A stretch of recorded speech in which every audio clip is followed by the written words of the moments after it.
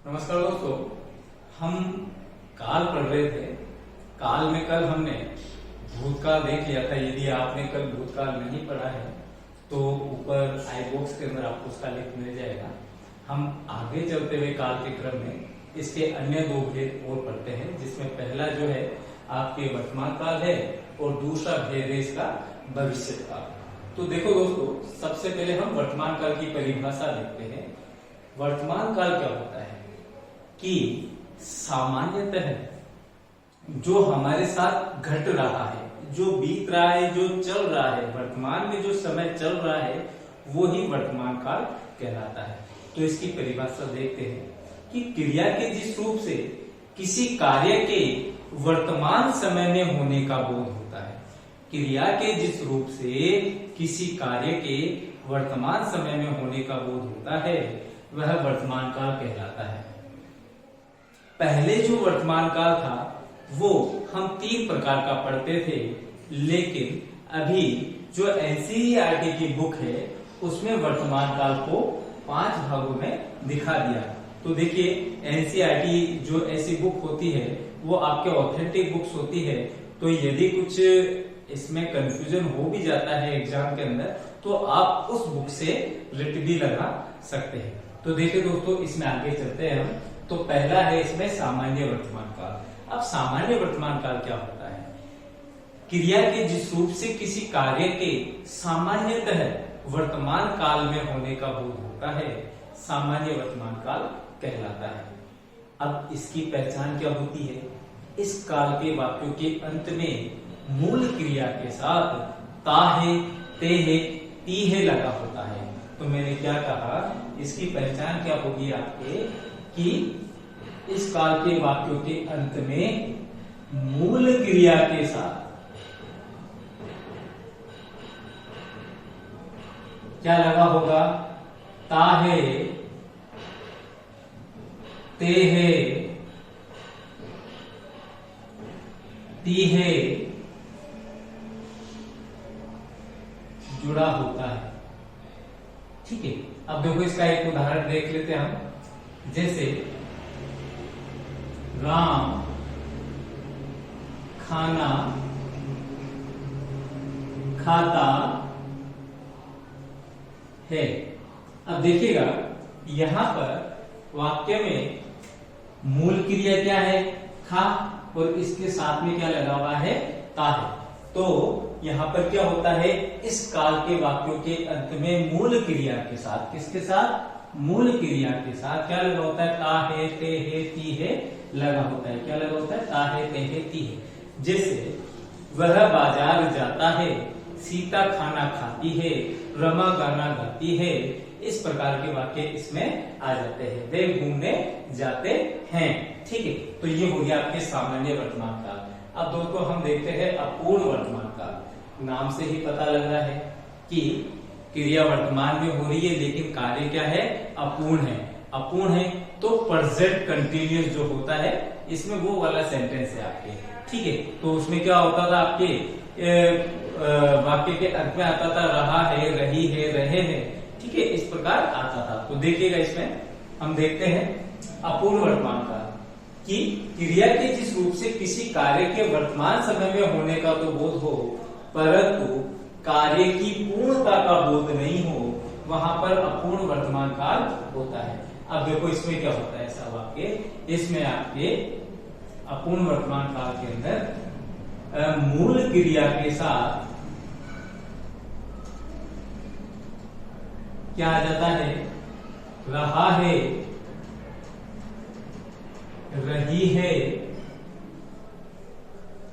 और रहे हैं आ जाता है। ठीक है दोस्तों, तो इसमें क्या क्या आ गया आपके? इस काल के वाक्यों के अंत में मूल क्रिया के साथ रहा है, रही है, रहे हैं आ गया। जैसे राम खाना खा रहा है। अब राम खाना तो खा रहा है, लेकिन उसका जो खाना खाने का कार्यक्रम है वो पूरा नहीं हुआ। तो देखो इसका हम एक उदाहरण लिख देते हैं। सीता बाजार जा रही है, लेकिन सीता बाजार अभी तक गई नहीं है। मतलब कार्य जो है वो क्या है, अपूर्ण है। ठीक है दोस्तों, तो ये हो गया आपके अपूर्ण वर्तमान काल। इसके और कुछ उदाहरण ले लेते हैं, जैसे वे घूमने जा रहे हैं, सीता खाना खा रही है, राम रावण को मार रहा है, इत्यादि। अब देखो दोस्तों, अब नेक्स्ट हम देखते हैं संदिग्ध वर्तमान काल। अब संदिग्ध वर्तमान काल कहां पर होता है, जहां पर वाक्य में किसी भी कार्य के वर्तमान समय में होने पर संदेह प्रकट किया जाता है। क्या कहा मैंने, जहां वाक्य में किसी कार्य के वर्तमान समय में होने पर संदेह प्रकट किया जाएगा, वहां पर संदिग्ध वर्तमान काल होता है। अब देखो दोस्तों, कल हमने पढ़ा था संदिग्ध भूतकाल, तो वहां पर क्या था, आपके होगा शब्द आ रहा था कि सामान्य भूतकाल की क्रिया के साथ होगा, होगी, होंगे आता है। तो यहाँ पर क्या होगा, यहाँ पर संदिग्ध वर्तमान काल में आपके ता होगा, ती होगी, ते होंगे, जैसे शब्दों से, जैसी सहायक क्रिया से वाक्य का अंत होता है। तो देखो, इस काल के वाक्यों के अंत में मूल क्रिया के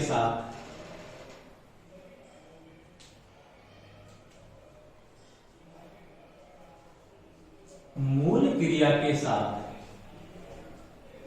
क्या आएगा, आपके ता होगा, ती होगी,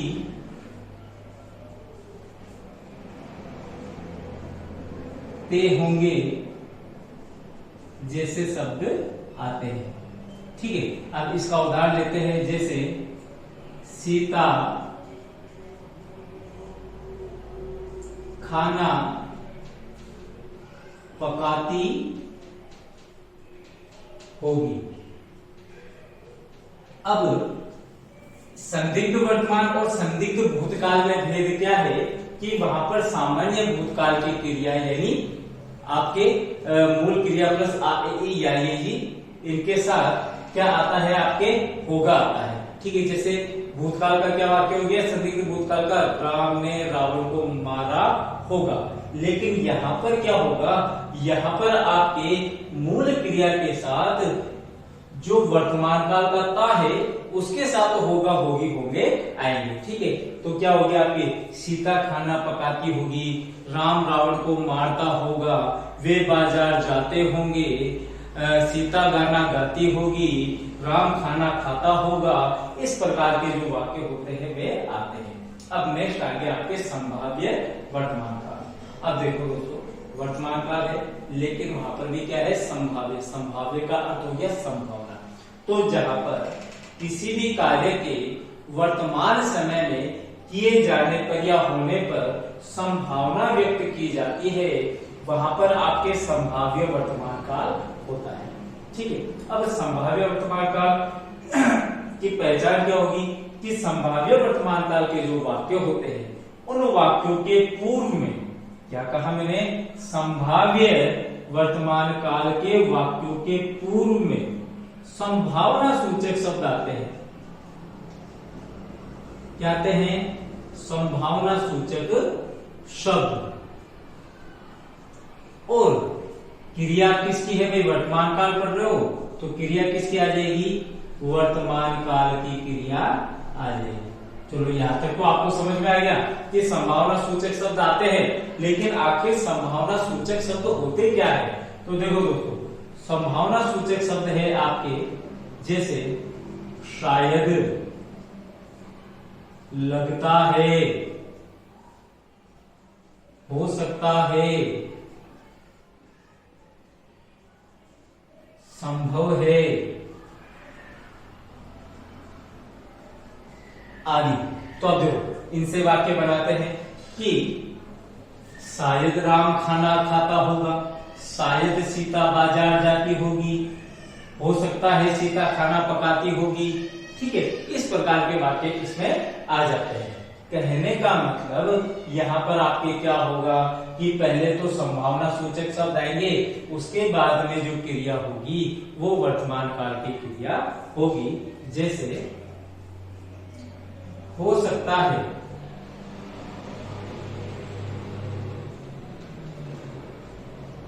राम खाना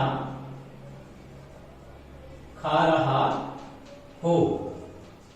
ठीक है दोस्तों, तो इस प्रकार इसके वाक्य बन जाते हैं। अब इसका जो अंतिम है वो है आज्ञार्थ वर्तमान काल। नाम से ही पता लग रहा है आज्ञा दी जा रही है, आज्ञा का भाव है, लेकिन काल कौन सा रहेगा? वर्तमान काल।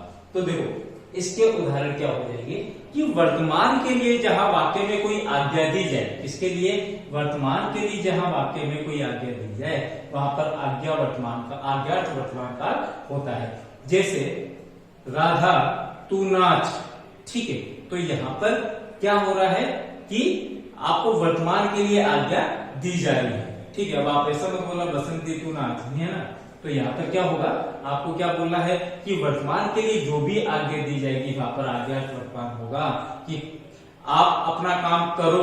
अब ये कब के लिए बोल रहा हूं मैं? वर्तमान समय के लिए कह रहा हूं। चुपचाप बैठ जाओ, कब के लिए कह रहा हूं? वर्तमान समय के लिए कह रहा हूं। तो इस प्रकार के वाक्य जो होते हैं वो आज्ञार्थ वर्तमान काल में आ जाते हैं। तो देखो दोस्तों, ये आपके वर्तमान काल कंप्लीट हो गया। अब हम नेक्स्ट लेके चलते हैं आपके भविष्य काल। तो देखते हैं,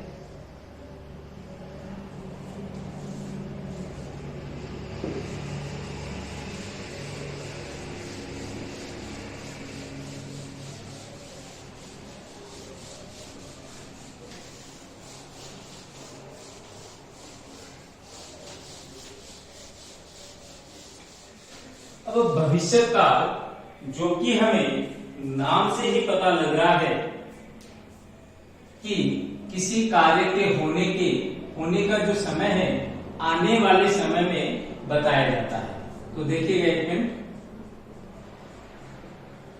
भविष्य काल, और ये इसकी क्या थी?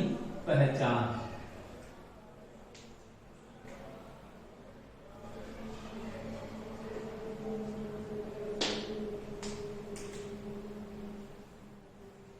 क्रिया के जिस रूप से किसी कार्य के आने वाले समय में होने का बोध होता है, क्रिया के जिस रूप से किसी कार्य के आने वाले समय में होने का बोध होता है, भविष्य काल कहलाता है। भविष्य काल 3 प्रकार का होता है।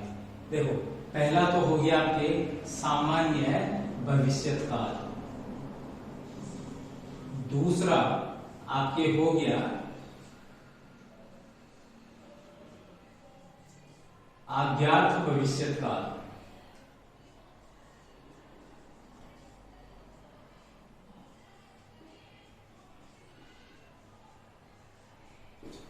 और जो तीसरा भेद है वो आपके होता है संभाव्य भविष्य काल।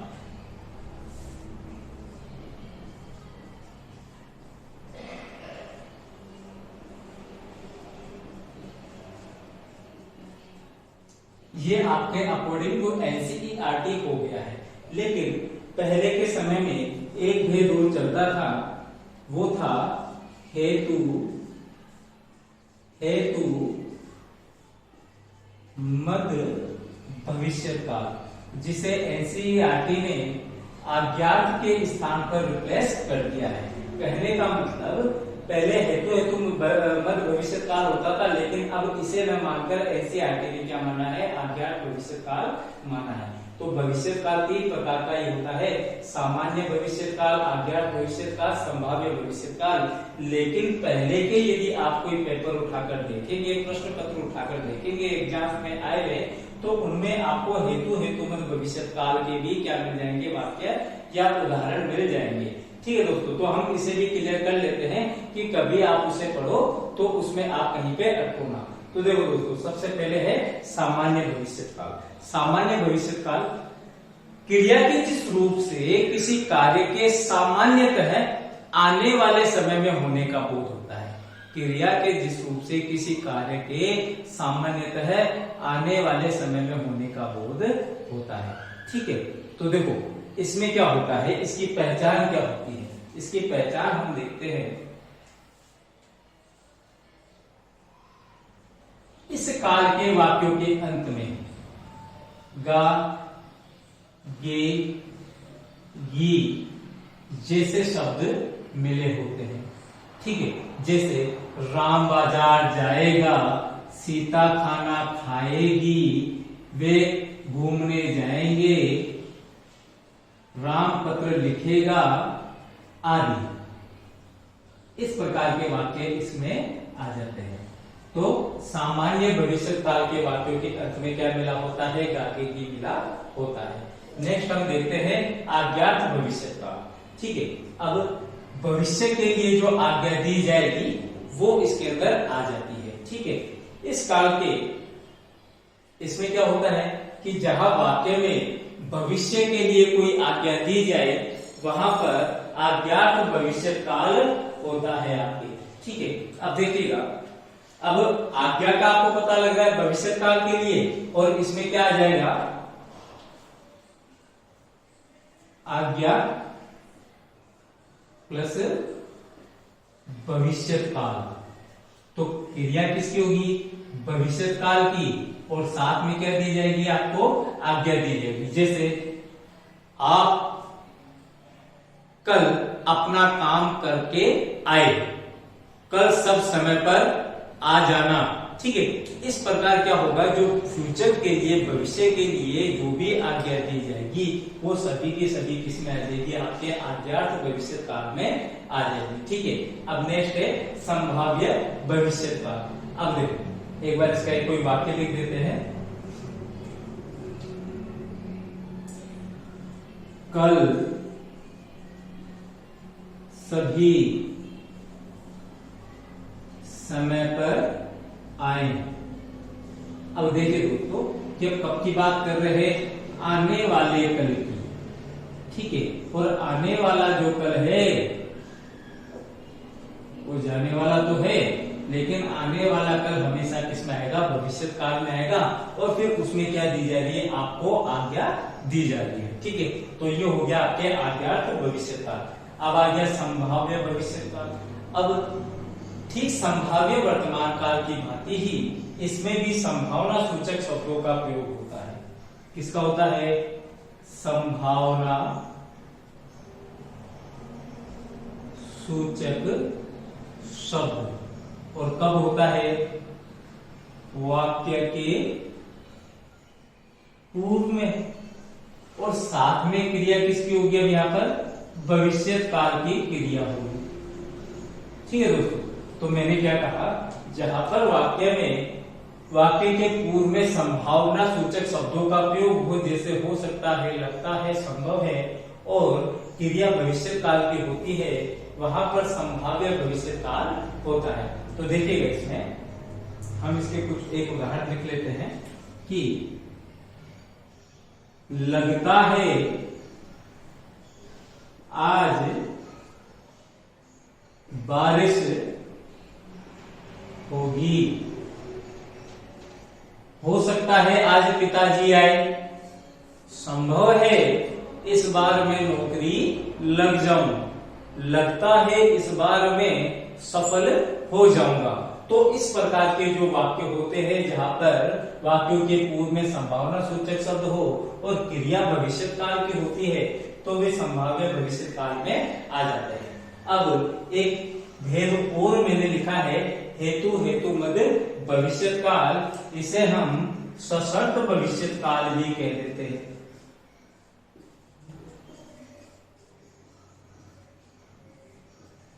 दोस्तों, इसमें क्या है? ठीक हेतु हेतु मद भूतकाल की भांति ही दो वाक्य होते हैं, और दोनों वाक्य एक दूसरे पर निर्भर होते हैं। ठीक है, तो वही कंडीशनल सेंटेंस इसमें आएंगे, लेकिन दोनों वाक्यों की जो क्रिया होती है वो किसकी होती है? भविष्य काल की होती है साहब। ठीक है, तो जहां पर दो वाक्य एक दूसरे पर निर्भर हो, अर्थात कंडीशनल सेंटेंस आ जाए, सशर्त वाक्य आ जाए, और दोनों क्रिया भविष्य काल की हो, तो वहां पर हेतु हेतु मद भविष्य काल या सशर्त भविष्य काल होता है। देखो, इसके हम वाक्य देखते हैं कि बाबा आएगा तो घंटा बाजेगा। अब देखो दोस्तों, दो वाक्य, एक तो बाबा का आना और दूसरा घंटे का बजना। ठीक है, अब दोनों वाक्यों के अर्थ में क्या रहेगा? ठीक है, ये कौन सा हो गया, एक तरह से आपके सामान्य भविष्य काल का वाक्य हो गया। ठीक है, और ये दोनों वाक्य जो है, यहाँ पर जो दूसरा वाक्य जो है वो यहाँ पर पहले वाक्य के ऊपर क्या है, निर्भर है। जैसे हम बोल रहे कि नोमन तेर होगा तो मीरा नाचेगी, आप मेहनत करोगे तो अवश्य सफल हो जाओगे। ठीक है, इस प्रकार के जो वाक्य होते हैं तो वो क्या होगा, आपके हेतु मत भविष्य काल या सशर्त भविष्य काल के अंदर आ जाते हैं। तो दोस्तों, आज का अपना जो काल का टॉपिक है वो कंप्लीट हो गया है। कल किसी नए टॉपिक के साथ आते हैं। तो कोई भी यदि आपके मन में कोई विचार हो, प्रश्न हो, कोई भी सजेशन हो, सुझाव हो, तो आप कमेंट बॉक्स के अंदर मुझे डाल सकते हैं। उसका हम क्या करेंगे, कोई निवारण अवश्य करेंगे। धन्यवाद दोस्तों, जय हिंद, जय भारत।